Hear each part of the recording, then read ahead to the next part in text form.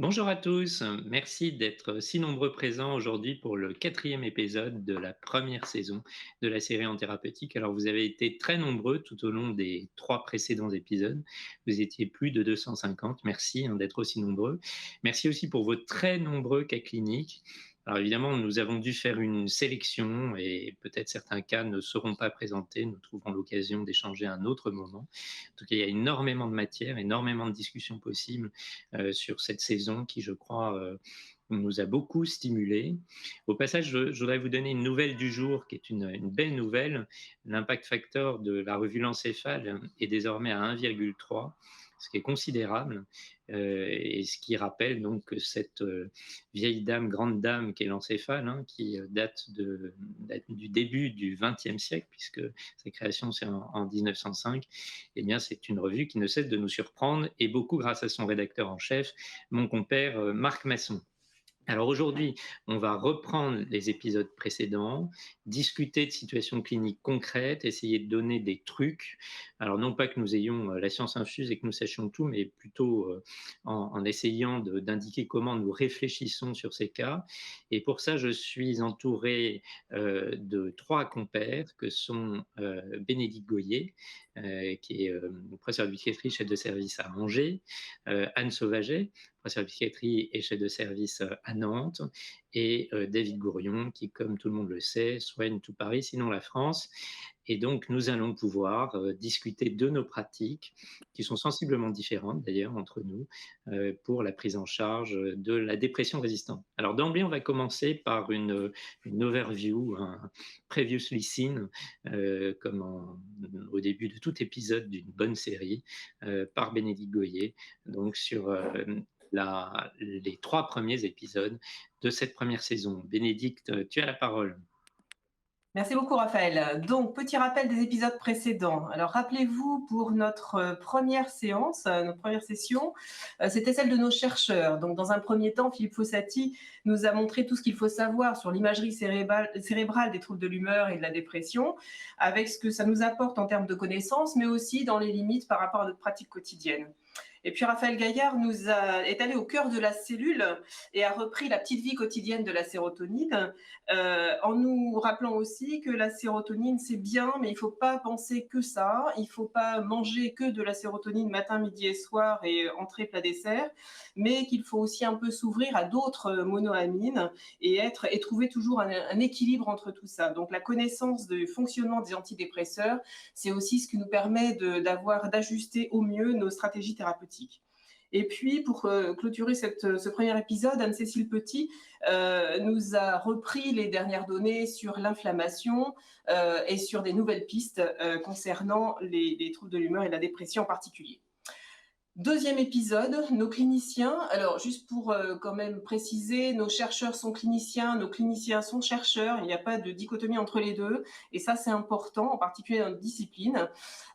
Et donc, la preuve, Stéphane Mouchabac nous a magnifiquement démontré que ce que nous pensons être des ordonnances absolument rigoureuses, bien réfléchies, bien menées, bien comprises, sont aussi beaucoup avec des biais cognitifs et peut-être même qu'on peut se laisser embarquer par un certain nombre de facteurs particuliers. L'expérience reste quand même un maître mot en fait et puis les échanges de pratiques comme on le fait aujourd'hui.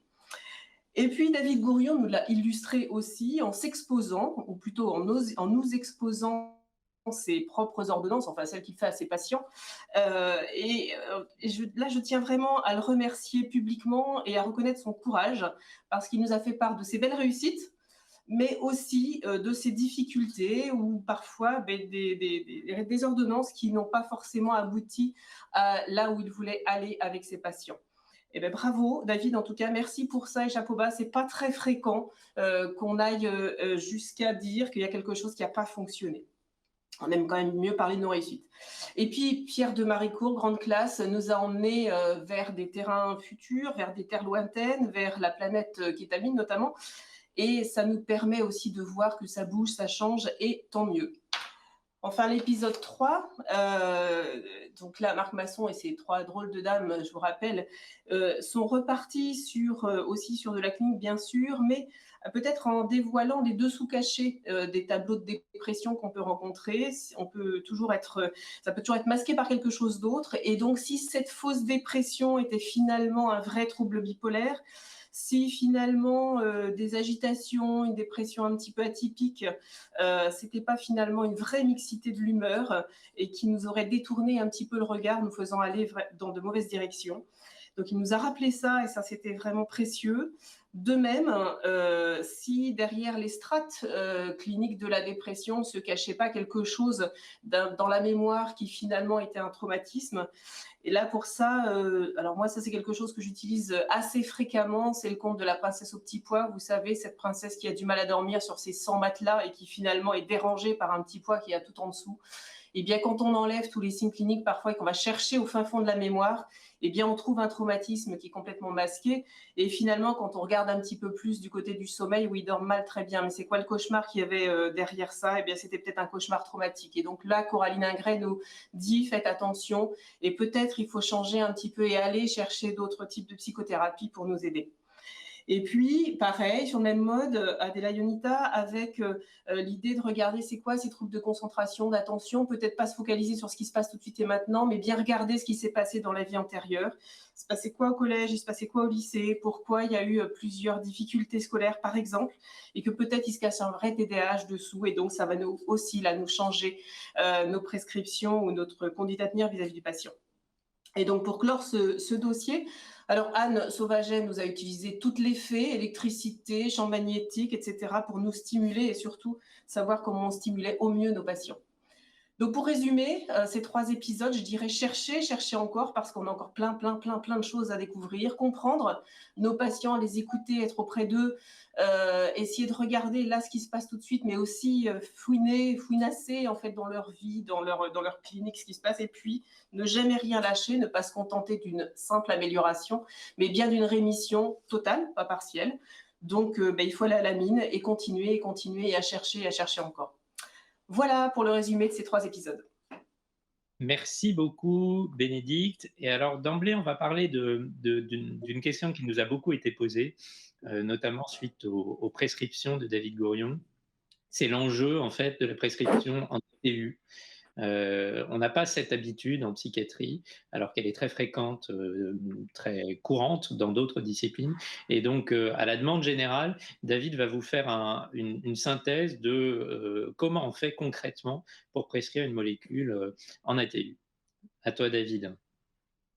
Bonjour à tous, je suis vraiment ravi d'être avec vous. Merci Raphaël, merci Bénédicte aussi pour cette très belle rétrospective. Alors, autre grande nouvelle, Raphaël a déjà annoncé une grande nouvelle aujourd'hui avec l'impact factor de l'encéphale. Autre grande nouvelle qui nous consolerait presque d'avoir perdu au football face à la Suisse, c'est notre belle et vigoureuse administration française a décidé de renommer les ATU à partir de demain. Ça ne se rappellerait donc plus autorisation temporaire d'utilisation, mais autorisation d'accès compassionnel.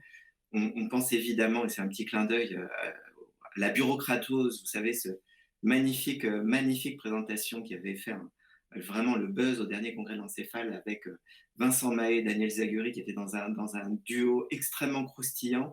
On a tellement aimé qu'on les invite à nouveau, donc j'en profite pour faire d'emblée une petite publicité pour vous rappeler que vous pouvez d'ores et déjà vous inscrire au prochain congrès de l'encéphale qui aura lieu du 19 au 21 janvier 2022, et donc on aura la saison 2 sur la bureaucratose. Donc notre bureaucratie française a décidé que les ATU, qui fonctionnaient plutôt pas mal, vont se renommer les autorisations d'accès compassionnel, vraisemblablement sans doute un peu la même chose. Je voudrais vous en parler parce que, comme l'a dit Raphaël, c'est beaucoup revenu dans vos questions suite à l'épisode 2 de cette première saison en thérapeutique sur les dépressions résistantes. En effet, nous avons la possibilité de prescrire des molécules. Je l'ai dit à plusieurs reprises, on est devenu un peu un pays du tiers-monde en termes d'accès aux psychotropes, et nous avons la possibilité d'avoir un certain nombre d'accès à ces molécules. Alors, il y a comme ça une représentation que le monde de l'ATU serait très, très compliqué, que ça prendrait des heures et que ce serait vraiment réservé un accès très restreint et très, très compassionnel. En fait, non, vous pouvez vraiment faire ces demandes assez simplement en allant. Alors ça, c'est un peu première diapositive, c'est un petit peu le circuit de la vie de la vie du médicament. Et j'ai envie de dire vraiment, je sais bien que les psychiatres, on n'a pas forcément cette même culture de l'innovation, de l'accès à l'innovation que nos collègues cancérologues, mais au fond, nous devrions développer beaucoup plus cette culture. Et ça fait partie de la vie du médicament que d'être développé, d'une part, d'être accessible, d'une part, en ATU nominative, et ça, c'est la demande du clinicien. Euh, Également, parfois, dans une seconde étape, en ATU de cohorte, on pense au Spravato, à l'eskétamine, qui a été disponible initialement en ATU de cohorte, et puis ça peut faire partie du chemin du médicament vers son autorisation de mise sur le marché. Parfois, la molécule reste bloquée au stade de l'ATU, et certaines molécules sont en ATU et ne sont jamais, hélas, probablement jamais au stade de l'AMM. Donc on va parler justement de ces molécules en ATU. Donc il y a deux façons de demander des ATU. Il y a des ATU de cohorte, et ça, c'est pas vous qui faites la demande, c'est le laboratoire qui fait la demande auprès des autorités de santé, et en général, dans ce parcours de médicaments qui va vers l'obtention d'une AMM. Mais il y a aussi, vous pouvez, en tant que clinicien, très simplement, je vais vous montrer comment faire une demande d'ATU nominative pour un certain nombre de médicaments, de molécules, et je vais rentrer un peu dans le détail. Je vais prendre quelques minutes pour rentrer un peu plus dans le détail de ces différentes ATU nominatives. Alors donc, à partir du 1er juillet, il y a une loi, une modification avec la loi 78 de financement de la sécurité sociale qui réforme en profondeur le financement des médicaments coûteux et par voie de conséquence des médicaments bénéficiant d'une ATU. Et je vais vous montrer, donc je ne sais pas exactement encore comment les choses vont se passer à partir du 1er juillet. Je redis, c'est l'autre grande nouvelle de la journée, mais en attendant, vous dire comment on fait pour les ATU. Alors ça, c'est la pharmacie hospitalière de Sainte-Anne nous dit un petit peu comment ça se passe actuellement à Sainte-Anne. Donc vous voyez le nombre d'ATU, le nombre de patients pour lesquels on a fait des demandes d'ATU nominatives, notamment pour les IMAO, dont j'ai beaucoup parlé lors de l'épisode sur la dépression résistante, fabuleuse IMAO, on en reparlera peut-être aujourd'hui.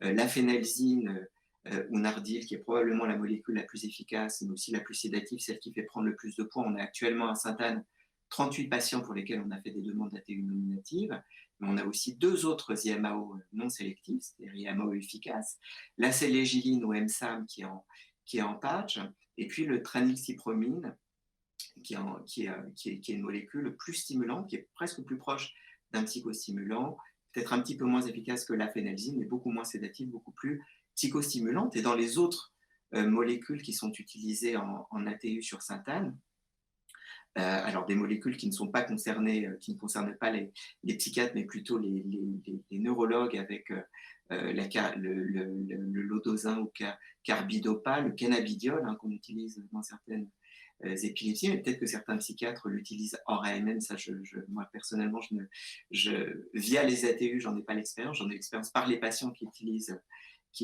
le THC, mais c'est encore un autre sujet dont on ne parlera pas aujourd'hui. Ce n'est pas du tout le sujet des dépressions résistantes.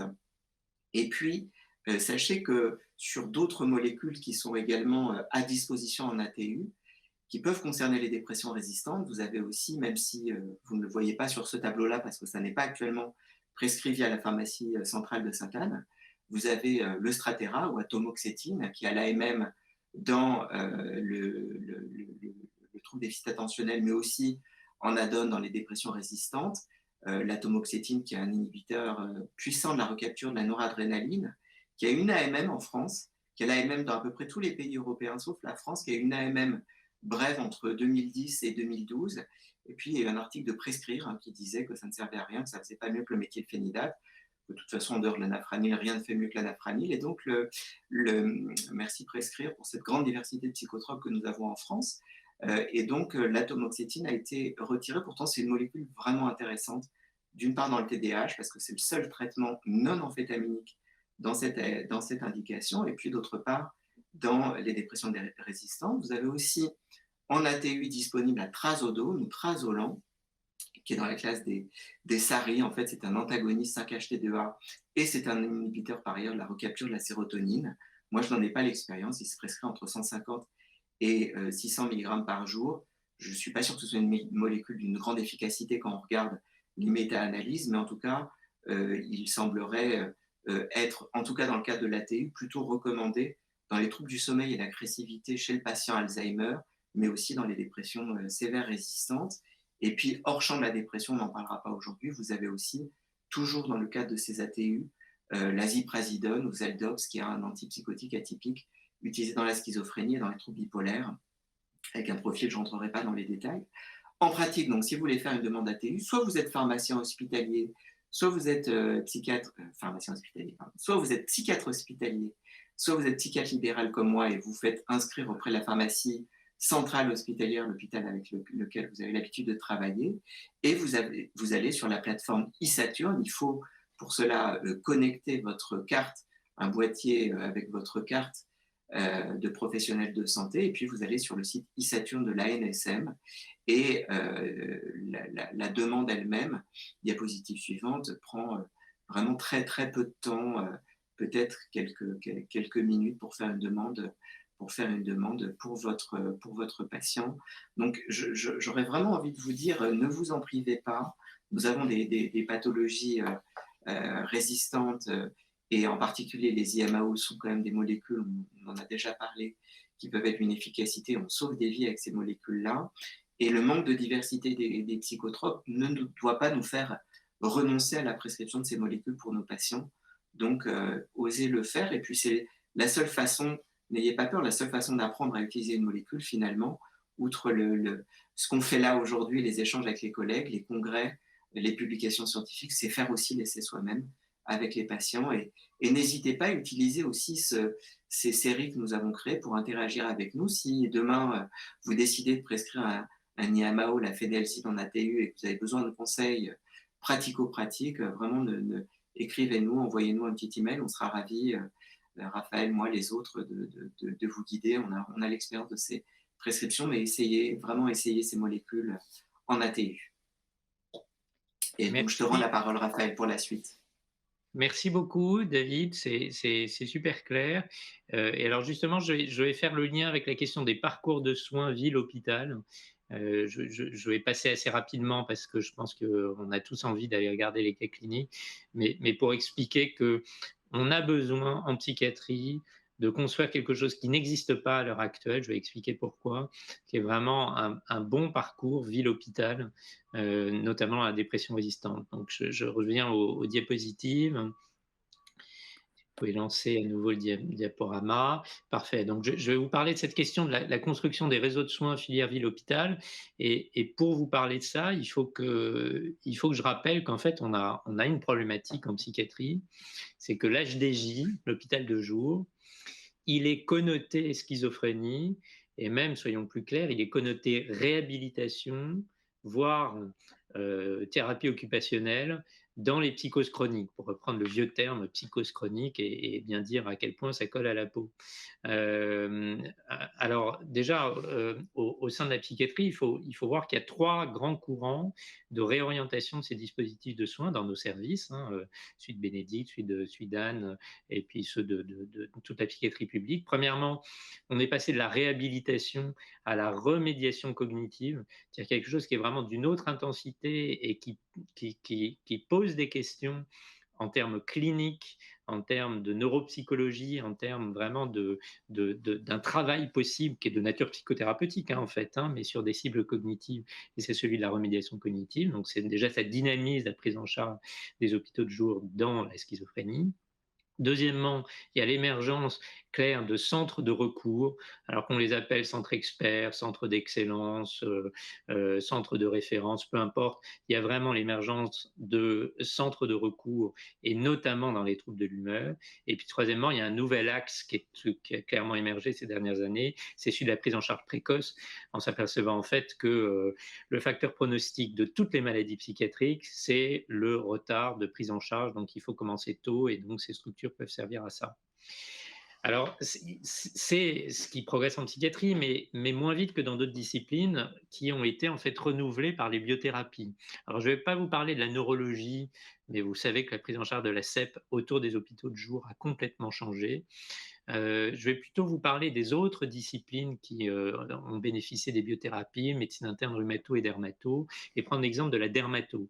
En fait, prenant une pathologie type, ultra fréquente, le psoriasis, qui a été révolutionnée par l'arrivée des biothérapies il y a une vingtaine d'années, et qui a amené à ce que la discipline dermato s'organise, avec un groupe de travail spécifique dans la Société française de dermatologie, qui a finalement créé des critères qui sont ceux de l'indication de ce traitement par biothérapie, qui a donné les cibles, c'est-à-dire les objectifs thérapeutiques, et qui a un peu mieux défini quels sont dans ces objectifs ce qu'il faut prioriser selon les patients, avec une émergence, vous le savez, du champ de la qualité de vie. C'est pareil en rhumatologie aussi. Avant, on regardait si les articulations étaient moins rouges.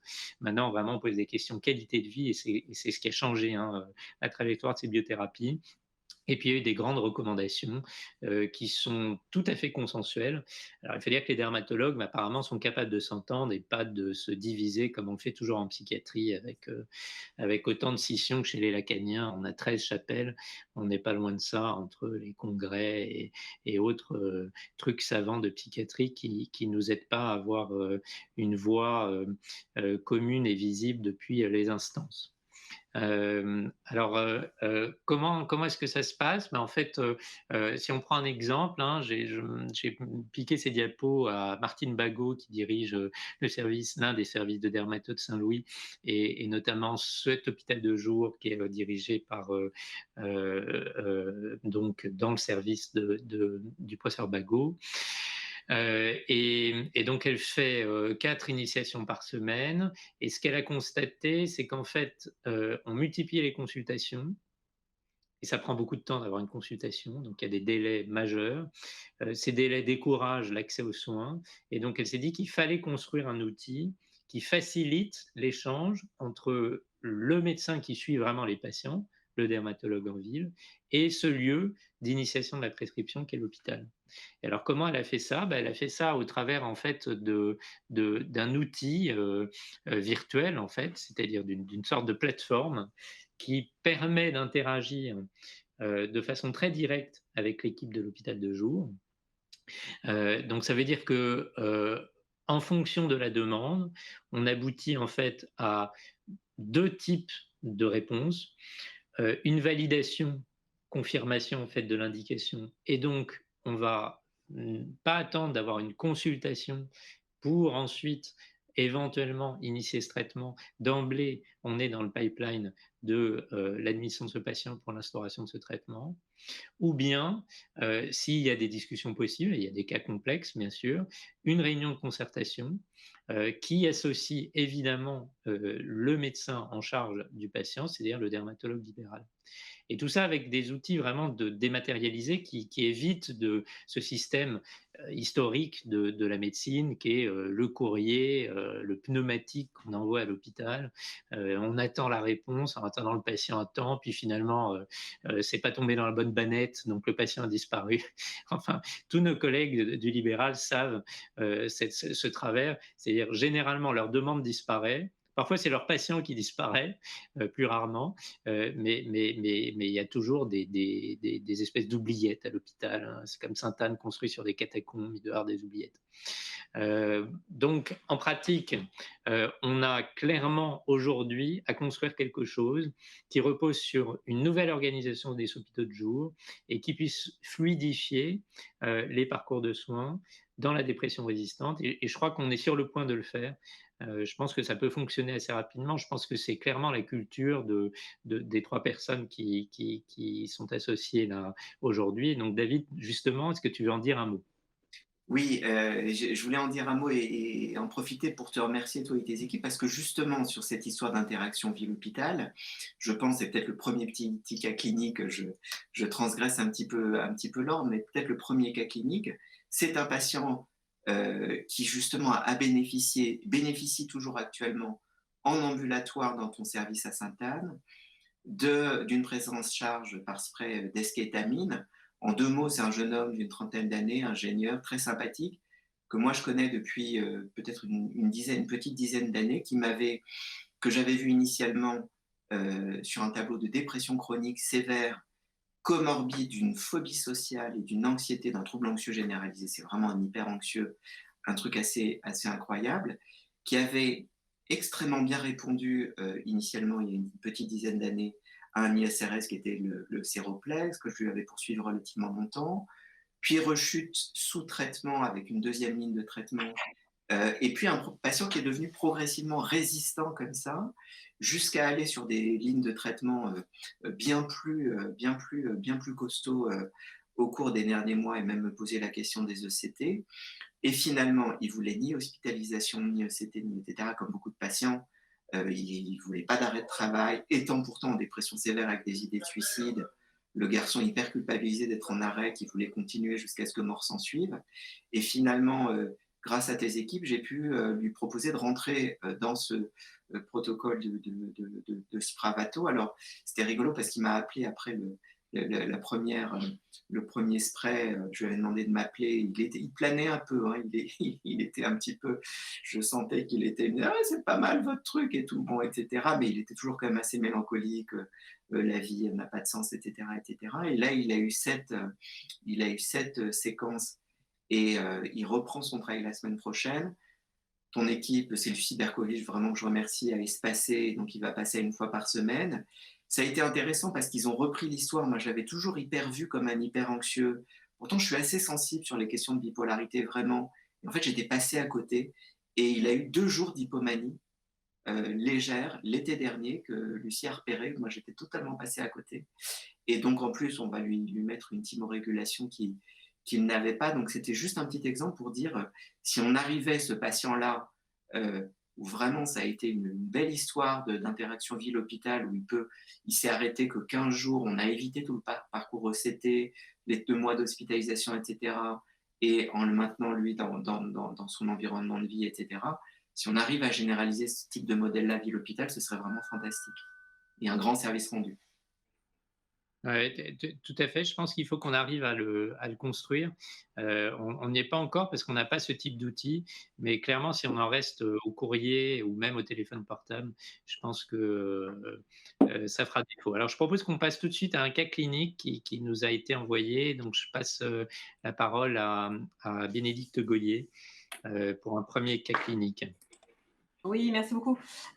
Donc, il s'agit d'un monsieur de 53 ans qui donc est dans un contexte de divorce par consentement mutuel, qui a 2 enfants de 17 et 13 ans, qui n'a plus d'activité professionnelle, qui a une personnalité de type inhibée et évitante.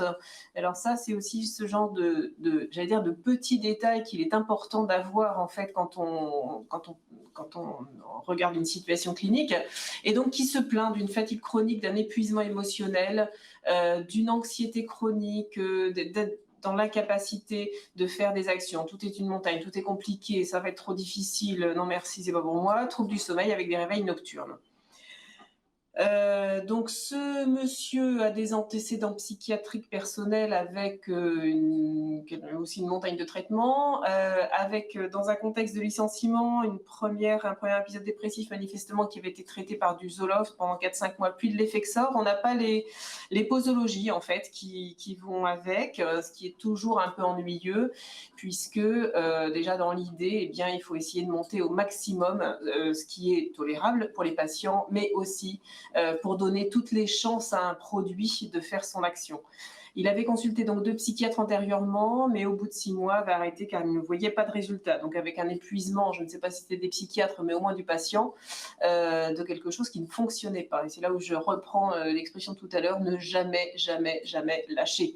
Il n'y a pas de raison qu'un épisode dépressif ne cède pas. De nombreux antidépresseurs donc essayés en 2015 dans ce contexte d'épuisement et professionnel. Alors c'est un terme qui est toujours compliqué. Un épuisement professionnel, c'est un épuisement émotionnel. Voilà, il faut appeler les choses aussi par leur nom. C'est une dépression, c'est une dépression. Puis à partir de 2020, donc Zoloft, Effexor, Norset, Cymbalta, Séroplex, Prozac, qui nous fait quand même toute la série des pages du Vidal. Actuellement, il est sous antidépresseur prescrit par Generalise depuis environ 1 an, en associant Effexor Norset, dont la posologie durée ne sont pas connues, puis Cymbalta Norset. Il prend donc 60 mg de Cymbalta le matin, 30 mg de Lancet le soir et un peu de Seresta de temps en temps, mais finalement pas tant que ça, avec un effet sédatif marqué. Donc, le collègue qui nous propose ce cas clinique a remplacé le Cymbalta par du Séroplex avec une posologie augmentée progressivement à 10 mg puis à 15 mg, mais avec toujours une clinique qui reste en fait très avec une timidépressive, avec une anédonie, avec une aboulie, avec enfin voilà, tout autour de la sphère dépressive qui est quand même très importante. Donc manifestement, pas d'amélioration clinique depuis le Séroplex à 15 mg il y a 2 semaines. Donc un tableau clinique inchangé, des réactions anxieuses importantes, notamment en lien avec les conflits avec son épouse. Donc je rappelle, il est en instance de divorce ou en divorce. Voilà, donc persistance du tableau clinique. Donc il n'y avait pas vraiment de questions posées, mais juste un échange par rapport à ce cas clinique. Ce qui est, enfin, dans ce type de... Alors, je ne vais pas avoir de recette miracle, hein, ni magique par rapport à ça. Peut-être quand même alors, déjà, les posologies, enfin ça c'est toujours quelque chose qui me paraît important. Les associations, là, Effexor, mirtazapine ou Cymbalta, mirtazapine, oui, pourquoi pas.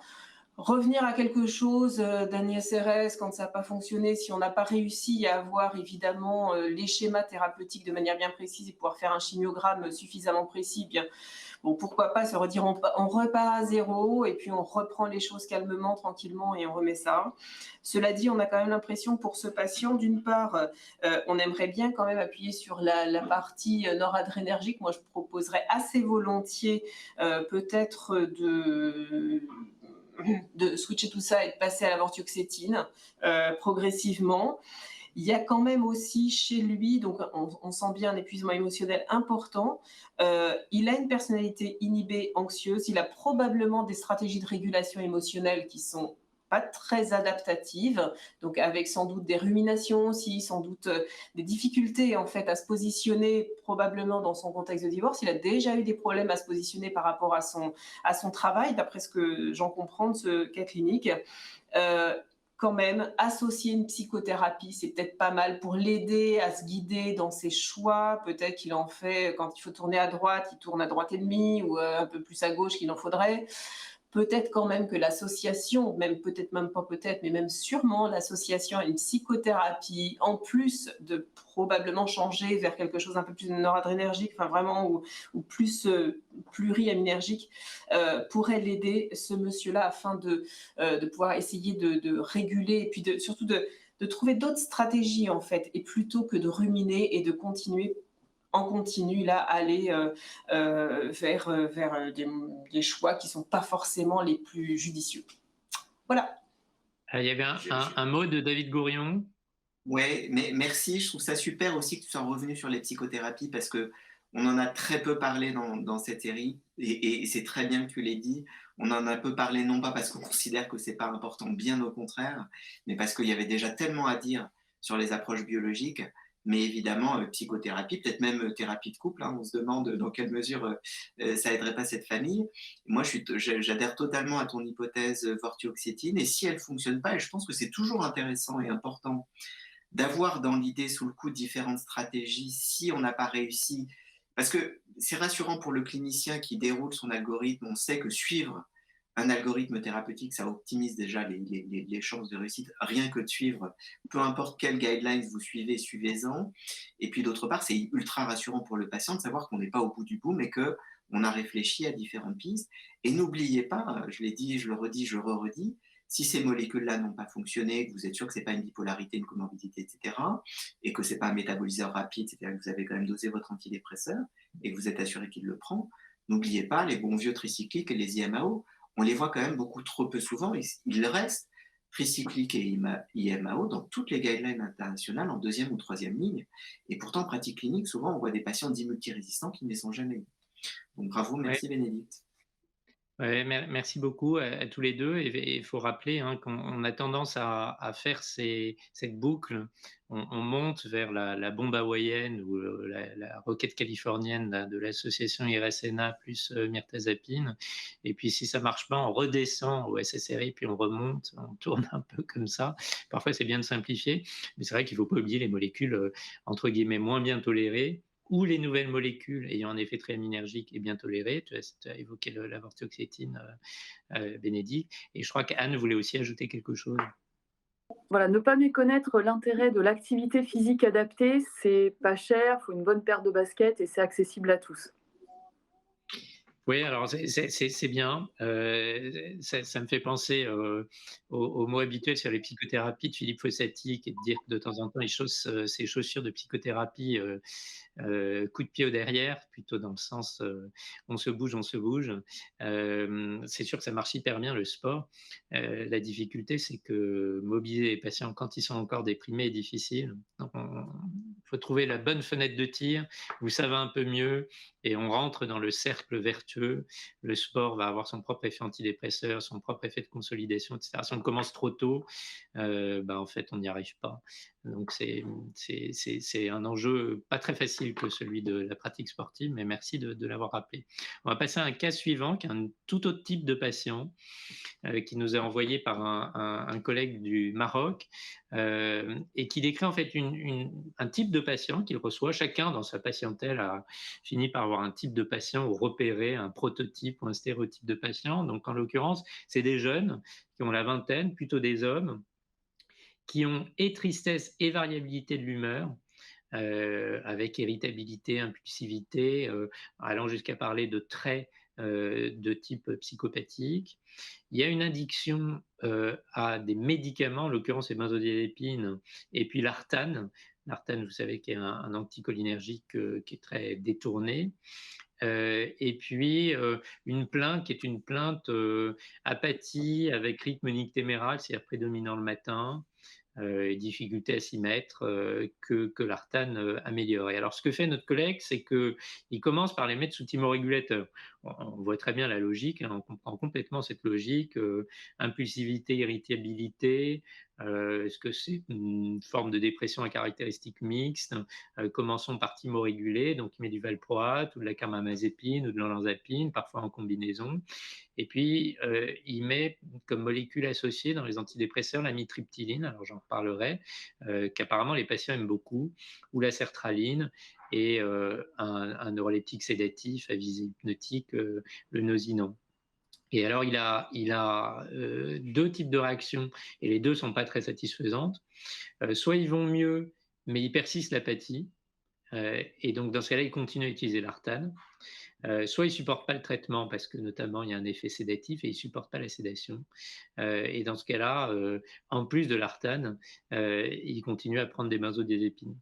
Et donc le collègue se pose la question d'autres approches, notamment cette vieille molécule de la série amphétaminique, l'amineptine, le Survector, qui est plus commercialisée, ou bien d'antiparkinsoniens dénués d'effets addictogènes, est-ce que ce sera envisageable, ou encore le pramipexole. Alors, petits éléments de réflexion. L'artane, c'est une demi-vie très courte, hein, dans mon souvenir, c'est 3-4 heures. Donc, ça a vraiment un effet flash et c'est pour ça que les patients l'aiment. Un effet anticholinergique comme ça flash, c'est deux effets en fait. C'est un effet quasi psychédélique, hein, ça rejoint l'utilisation de certains psychédéliques anticholinergiques. Donc, c'est un effet un peu dissociatif, on va dire. Et parfois, les patients cherchent ce côté dissociatif. Ce n'est pas de l'ordre de l'ivresse, hein, c'est une qualité différente de la conscience. Et puis la deuxième chose, c'est que ça a un effet de boost dopaminergique, mais vraiment de boost qui ne dure pas. Et donc, si on utilise des molécules anticholinergiques d'action plus prolongée, les patients, ça ne leur plaît pas du tout. Et d'ailleurs, les autres molécules sont très peu détournées. Hein, vous ne les trouvez pas utilisées dans la rue. C'est l'artane qui a cet effet vraiment explosif sur les deux séries, hein, c'est-à-dire effet psycholytique, dissociatif, vraiment un effet flash sur la conscience, et puis effet de boost via l'effet prodopaminergique. Donc je comprends tout à fait la logique de notre collègue. Est-ce qu'on ne pourrait pas utiliser des molécules dopaminergiques, mais qui évitent ce flash? Alors comment on peut raisonner là-dessus? D'abord, on rappelle ce qu'on s'est dit dans notre série. La sérotonine, c'est anxiété, troubles des fonctions instinctuelles, impulsivité, irritabilité, agressivité. Et là, on voit bien que si ça ne relève pas de la bipolarité, j'y reviendrai, eh bien, les molécules de filtrage sérotoninergique peuvent être utiles. Et puis, l'apathie, elle est quelque part à la confluence entre noradrénaline et dopamine. Et donc, il va falloir trouver des molécules dans ce champ. Alors, notre collègue nous a parlé de la sertraline. Alors, par exemple, la sertraline, vous la voyez là, elle est plus psychostimulante que d'autres molécules, pas tant par son effet, ici c'est l'axe sérotonine-noradrénaline, mais par son effet indirectement dopaminergique. Vous savez, parmi ces séries, les deux plus stimulantes, la fluoxétine et la sertraline. Donc on comprend la logique d'utilisation de la sertraline. On comprend aussi d'utiliser une molécule mixte, vraiment très équilibrée, comme notre funambule, qui est la mitriptyline, qui est puissamment anxiolytique, qui a elle-même un effet anticholinergique, donc elle doit rappeler un peu l'ambiance anticholinergique, et puis on se retrouve comme ça entre sérotonine et noradrénaline. Et pour autant, manifestement, c'est pas complètement concluant. Alors comment on réfléchit? D'abord, notre collègue a raison, est-ce que c'est une bipolarité? Parce que sinon, on va jouer au pompier pyromane, et donc c'est la priorité avant tout, est-ce que c'est bipolaire, y compris traitement des preuves. Si on va vers les traitements des preuves, moi je trouve que faut aller jusqu'au gold standard en fait. C'est-à-dire que s'arrêter en route en se disant on utilise un APA ou on utilise un anticonvulsivant, moi je trouve que c'est dommage de ne pas aller jusqu'à la logique du lithium, parce que certains de ces patients sont vraiment transformés par le lithium. Deuxièmement, manifestement, ces patients sont addicts.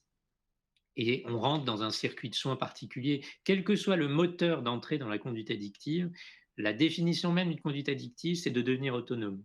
Et donc, ça nécessite une prise en charge spécifique, pas forcément par un addictologue, mais en tout cas, il va falloir le considérer comme tel. C'est clairement un profil d'addict, et qui n'est pas que secondaire. Il y a clairement la recherche d'un effet antidépresseur via ces consommations addictives ou anxiolytiques avec les benzodiazépines, mais il y a une autonomie, donc il faut avoir les deux axes principaux, c'est ça, bipolarité. Et si oui, je me pose la question, je vais jusqu'au lithium. Et est-ce que je peux traiter spécifiquement la conduite addictive? Ensuite, on peut imaginer plein de choses. Une molécule qui va filtrer et qui va avoir un effet anti-impulsif. Vous savez, on traitait par exemple un temps les troubles du contrôle des impulsions, type kleptomanie ou pyromanie, au SSRI et au pur sérotoninergique, vraiment au citalopram. Donc, il ne faut pas hésiter chez ces patients à utiliser ce type de molécule à visée anti-impulsive. C'est typiquement le type de personnalité qui a besoin de ça. Cela étant, comme le pointe le collègue, l'apathie ne va pas répondre. C'est peu probable qu'elle réponde. Alors, on peut rajouter du bupropion. Alors, l'avantage, c'est que c'est biaminergique. Clairement, là, on aura un effet psychostimulant. Les inconvénients, c'est qu'en France, par exemple, ce n'est pas remboursé. Il y a le risque d'hypertension artérielle, il y a le risque de convulsion. À cet âge-là, c'est des jeunes, on ne s'inquiète pas beaucoup. Ensuite, il y a l'injonction de pramipexole qui est suggérée par notre collègue. Oui, parce qu'en plus du SSRI, pas seul à mon avis, mais en plus du SSRI, on aura une stimulation continue des récepteurs dopaminergiques, et donc on aura un effet sur l'apathie et sans conduite addictive. Évidemment, il y a le risque de jeu sexualité pathologique, comme l'avait rappelé David Gourion. En fait, chez nos patients, on le voit quasiment jamais, mais je crois qu'il faut toujours le tracer, en parler aux patients. Il y a l'adjonction des faibles doses d'aripiprazole. Le collègue n'en parle pas, mais c'est un grand classique. Beaucoup de nos collègues font ça, avec cette interrogation qu'on a tous. Est-ce que finalement ça ne s'épuise pas? Ça marche en 3 jours, mais est-ce que ça ne s'épuise pas? Ensuite, il y a à recourir au tricyclique. Là, tout à l'heure, David l'a rappelé sur l'autre cas. En fait, on n'y vient pas assez. Et par exemple, ces patients adorent l'amitriptyline, nous dit notre collègue. Enfin, il y a plein de patients qu'on traite avec des petites doses de tricyclique et qui changent leur vie, qui les gardent au long cours. dans des intrications humeur-personnalité, il faut savoir utiliser les tricycliques à relativement faible dose. Et puis évidemment, il y a les IMAO parce que vous aurez le spectre des 3 monoamines et éventuellement aujourd'hui, on a la possibilité d'utiliser cette curieuse molécule ornithorynque qui est la vortioxétine qui a effectivement un effet triaminergique bien que ce ne soit pas un IMAO. Donc en fait, merci pour ce cas. Je trouve qu'on voit très bien ce type de patient. Moi aussi, j'en ai pas mal comme ça. On aurait pu rajouter d'ailleurs, est-ce que c'est pas aussi un TDAH derrière et revenir à la présentation d'Adela Ionita, est-ce que c'est pas ça que je dois traiter? Est-ce que c'est pas ça qui est derrière? Et est-ce que je vais pas tourner autour avec mes molécules dopaminergiques de dépression résistante alors qu'il aurait fallu que je traite un TDAH?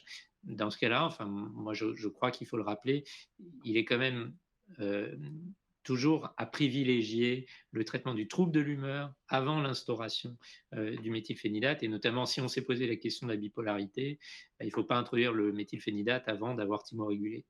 Je ne sais pas si vous voulez intervenir, David. Oui, oui, rapidement, mais merci, ce serait chouette si tous nos patients pouvaient bénéficier de tes conseils, ce serait magnifique.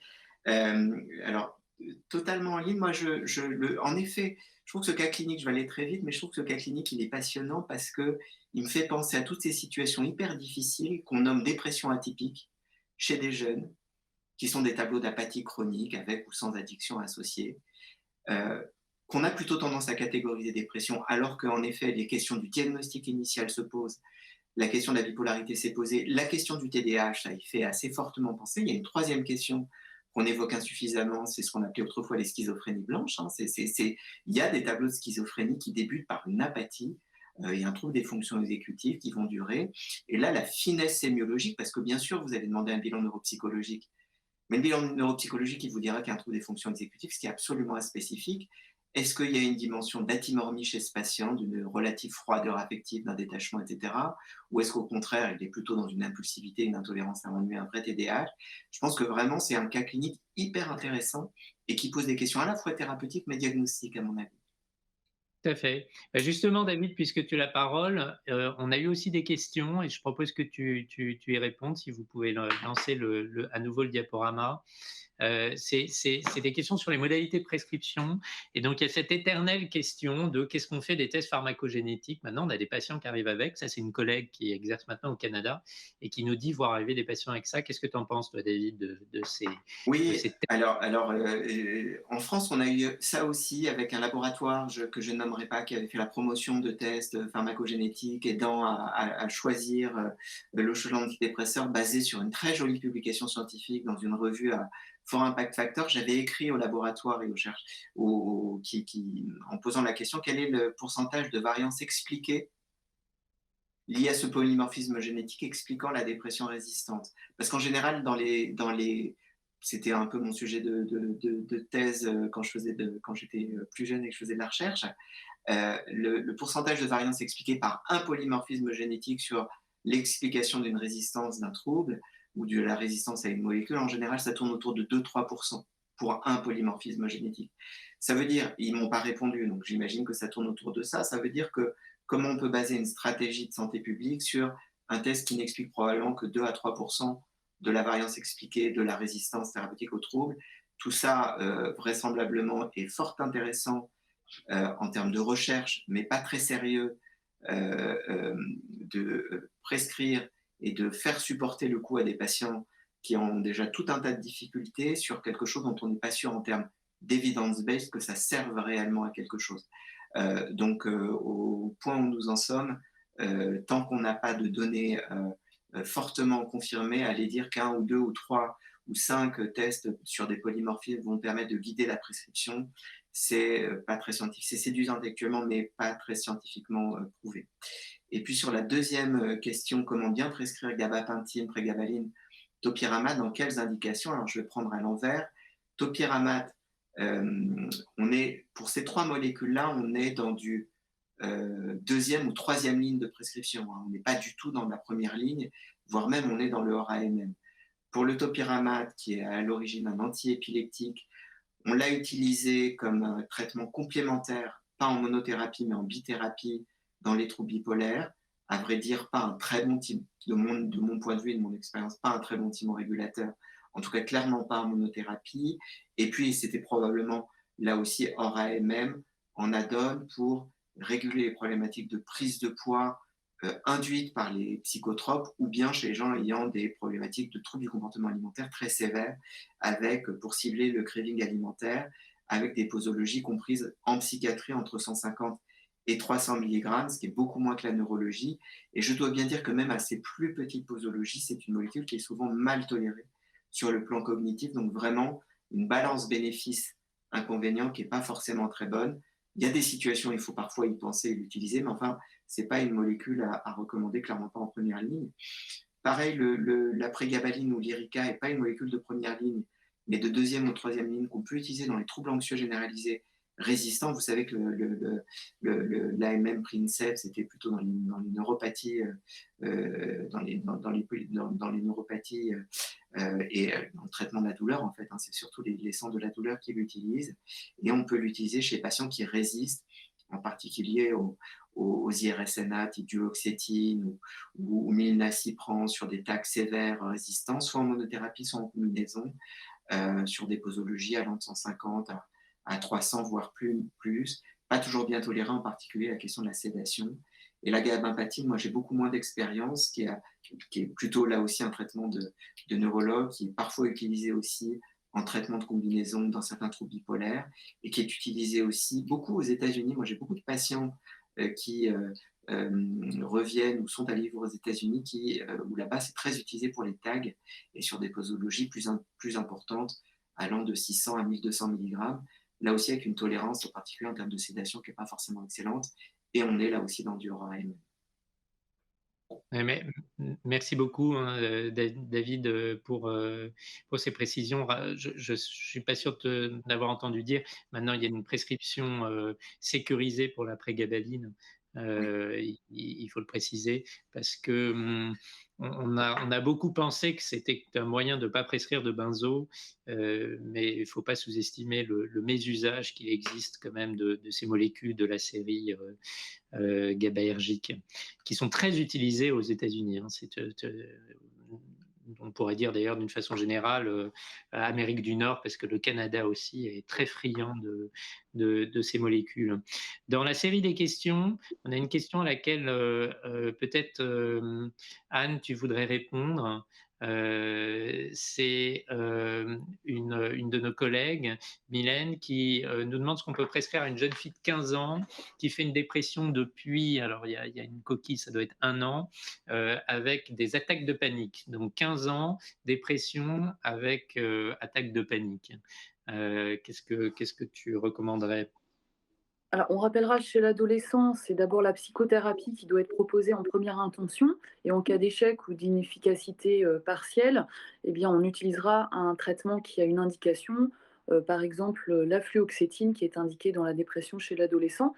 Et à ce sujet, pour les collègues qui se posent la question de la bonne prescription et du bon usage des psychotropes chez les enfants et les adolescents, la SFPEADA propose un guide d'utilisation avec des fiches vraiment très pratiques, donc je vous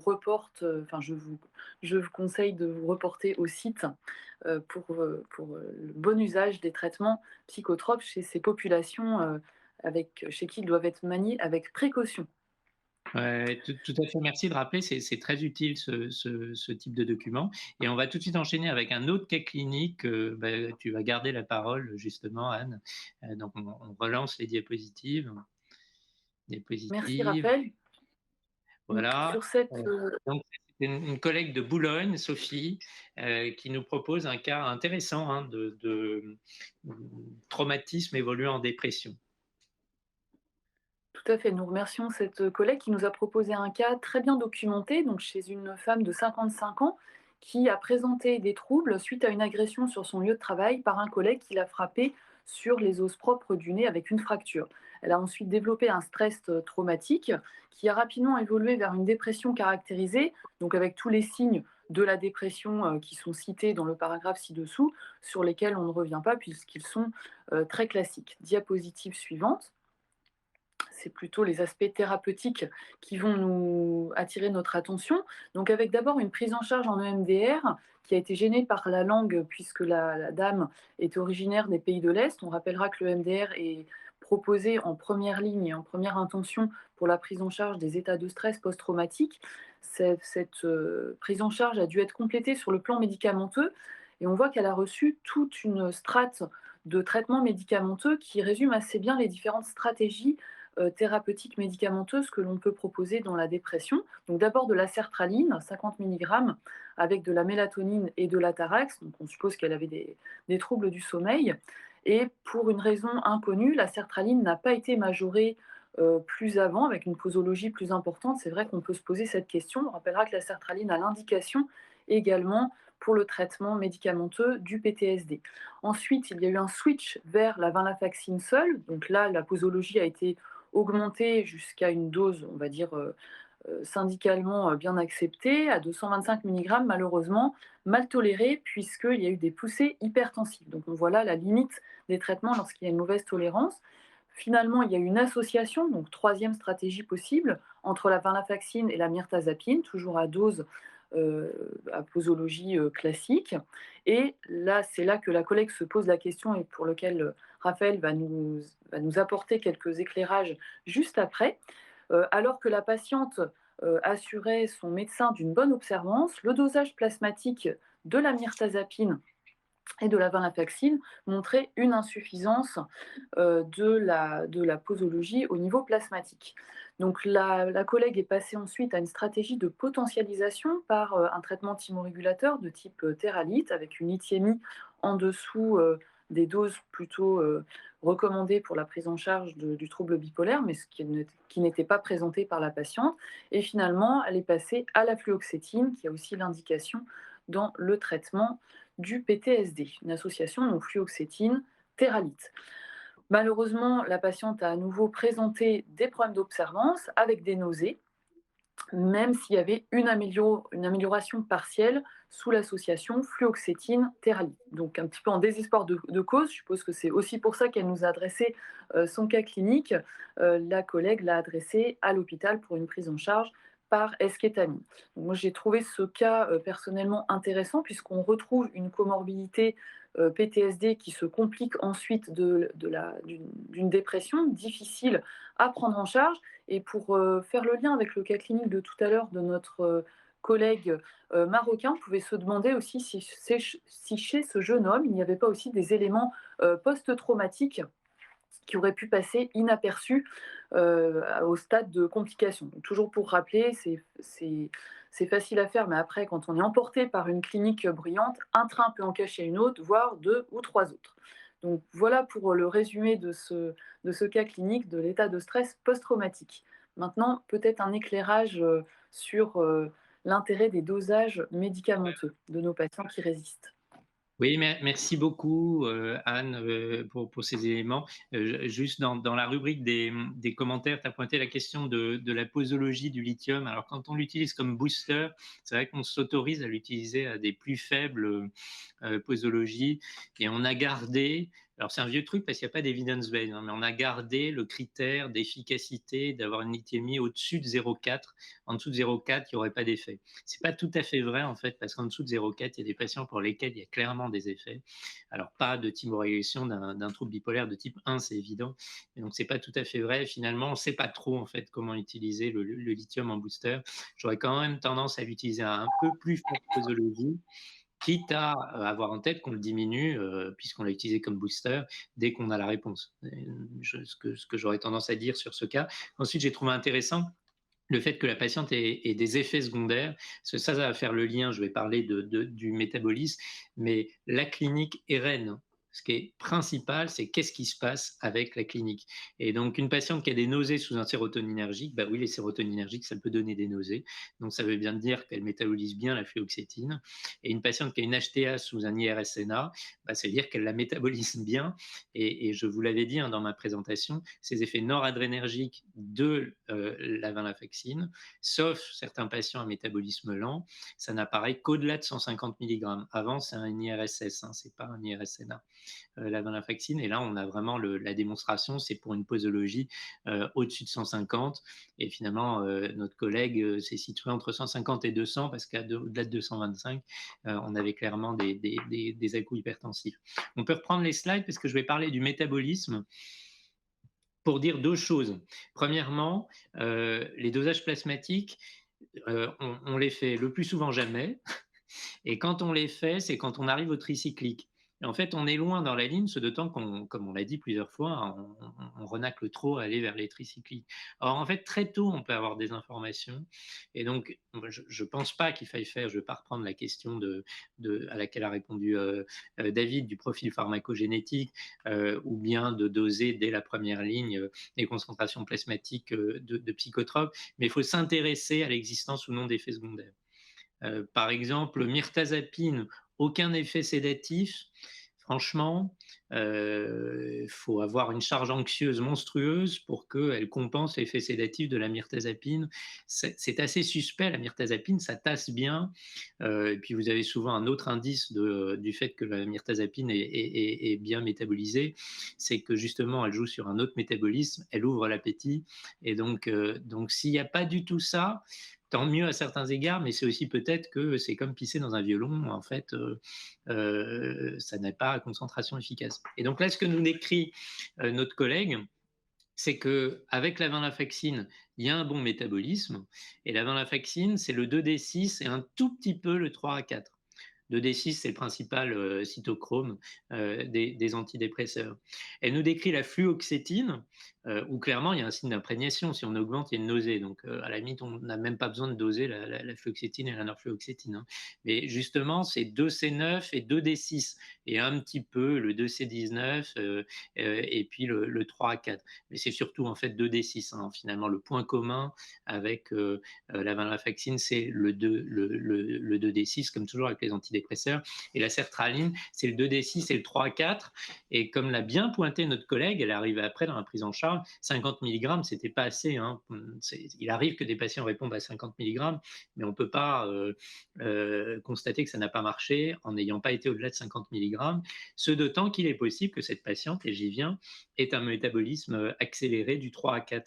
Parce que l'autre molécule dont elle nous parle, c'est la mirtazapine. Et la mirtazapine, pour le coup, on a toujours notre bout de 2D6 qui va là pour à peu près tous les antidépresseurs, mais on a beaucoup le 3A4.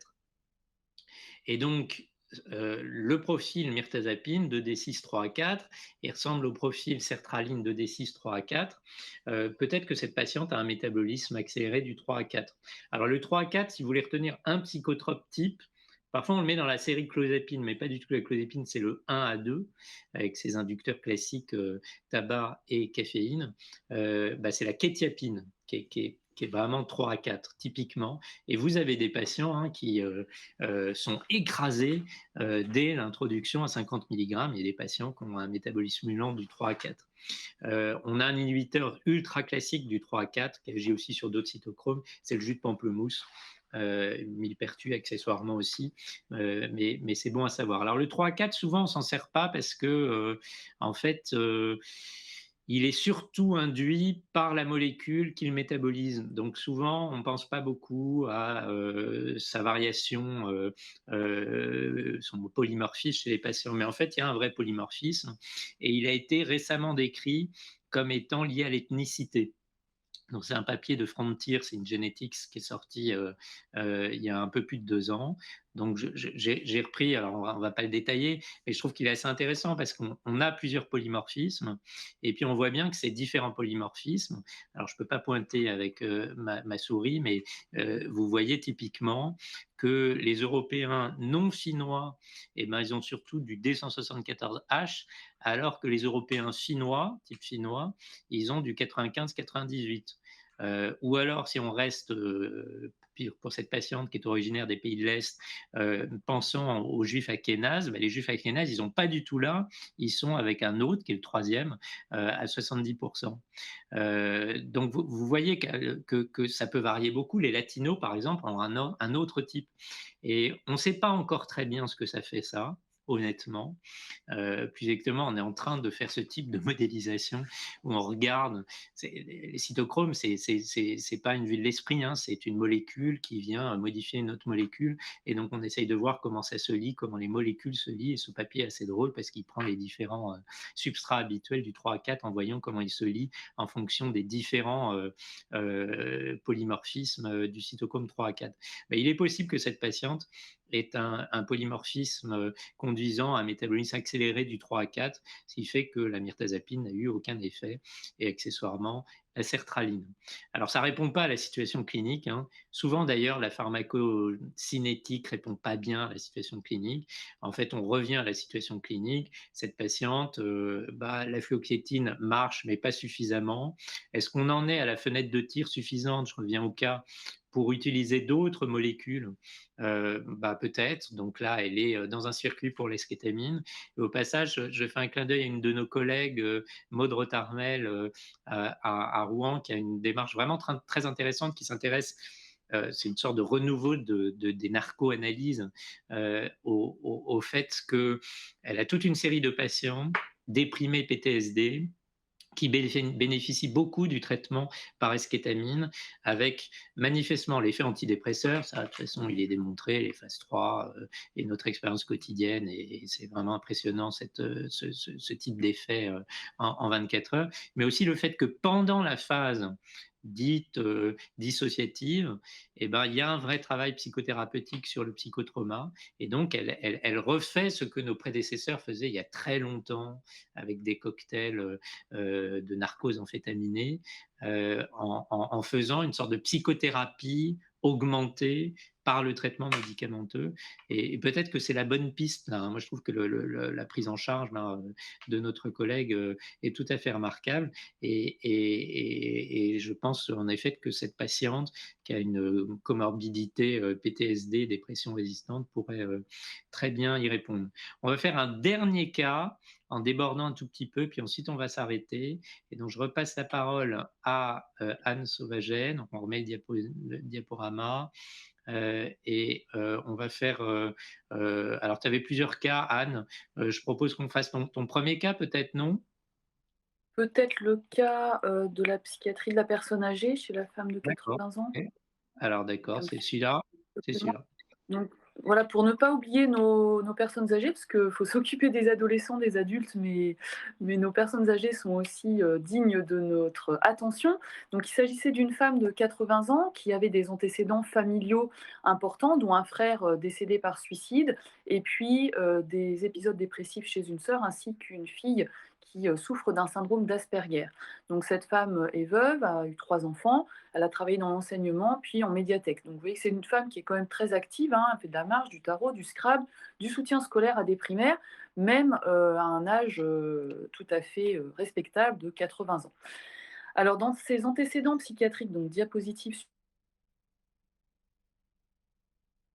on retrouve... Oui, je veux bien la diapositive suivante. Bon, je vais commencer à la commenter. On retrouvait donc dans les antécédents psychiatriques, enfin on peut commencer par médico-chirurgicaux, il n'y a pas de problème. C'est une femme qui avait quand même de nombreux antécédents, et en particulier un terrain douloureux avec des compressions nerveuses au niveau de la 5e lombaire. Donc là, on est dans les antécédents médicaux et chirurgicaux, c'est la diapositive d'avant. Et aussi une dégénérescence maculaire liée à l'âge, et ça c'était très important parce qu'elle perdait peu à peu la vue, et cela jouait énormément sur son état mental et son état psychologique. Bon, quelques antécédents chirurgicaux tout à fait classiques. Et dans ses antécédents psychiatriques, elle avait présenté un premier épisode dépressif en 1973, suite au décès de son frère. Ensuite, elle avait fait plusieurs autres épisodes dépressifs, dont un traité par lithium, et elle avait été hospitalisée dans une clinique où elle avait bénéficié d'un traitement par sismothérapie. Et donc, elle est revenue en psychiatrie au début de l'année 2021, et on voit sur la diapositive suivante son historique médicamenteux. Alors, je vois que mes collègues sont déconnectés. Moi, a priori, j'arrive à continuer à discuter. Donc, on continue comme si tout se passait bien, même en direct. Donc, au niveau de l'historique médicamenteux, on trouve que cette femme, on lui a repris en fait un traitement par lithium, puisque c'était un traitement qui avait montré son efficacité dans le précédent épisode. Elle a également repris de la paroxétine, puis devant les différentes inefficacités du traitement, elle a eu droit, vous voyez, aux différentes stratégies que l'on a déjà eu l'occasion d'aborder précédemment.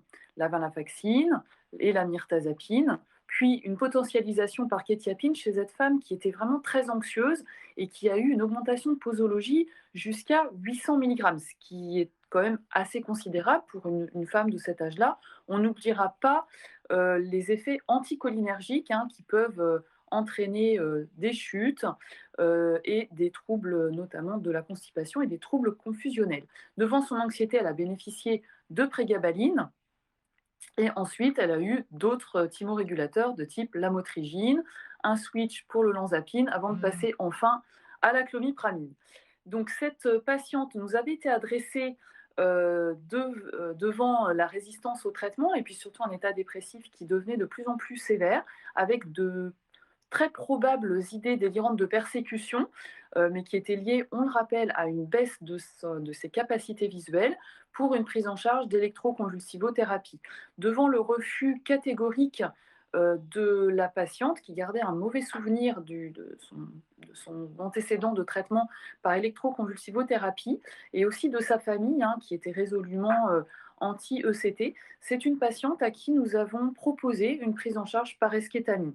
Donc, parce qu'on avait un petit peu plus que ça à lui proposer. Et elle a présenté une amélioration, certes présente mais partielle, puisque au cours de la phase d'induction du traitement, elle a présenté une rechute assez rapide avant de passer à la phase de consolidation. Donc la tolérance a été plutôt bonne du traitement par eskétamine, mais cette patiente a fini quand même par revenir dans la filière par électroconvulsivothérapie devant l'inefficacité finalement de toutes ces lignes thérapeutiques. Alors je vois que mes amis reviennent, donc il faut qu'ils me croient sur parole que je n'ai pas dit autre chose que ce qui est écrit sur les diapositives. Mais tout ça pour rappeler, je pense que c'est le message du traitement de la dépression résistante, très difficile à traiter chez les patients âgés. Il ne faut pas avoir peur de prescrire différentes lignes de traitement, d'augmenter les posologies en ayant évidemment une prudence extrêmement, une attention particulière à la tolérance, et puis surtout de changer de ligne thérapeutique dès lors qu'on est devant une inefficacité, puisque sur ces tableaux de terrain de personnes âgées, on est plus enclin à avoir des précipitations dans des états de marasme physique et voire cachectique qui peuvent vite les amener vers la mauvaise pente. Donc c'était le commentaire de la fin.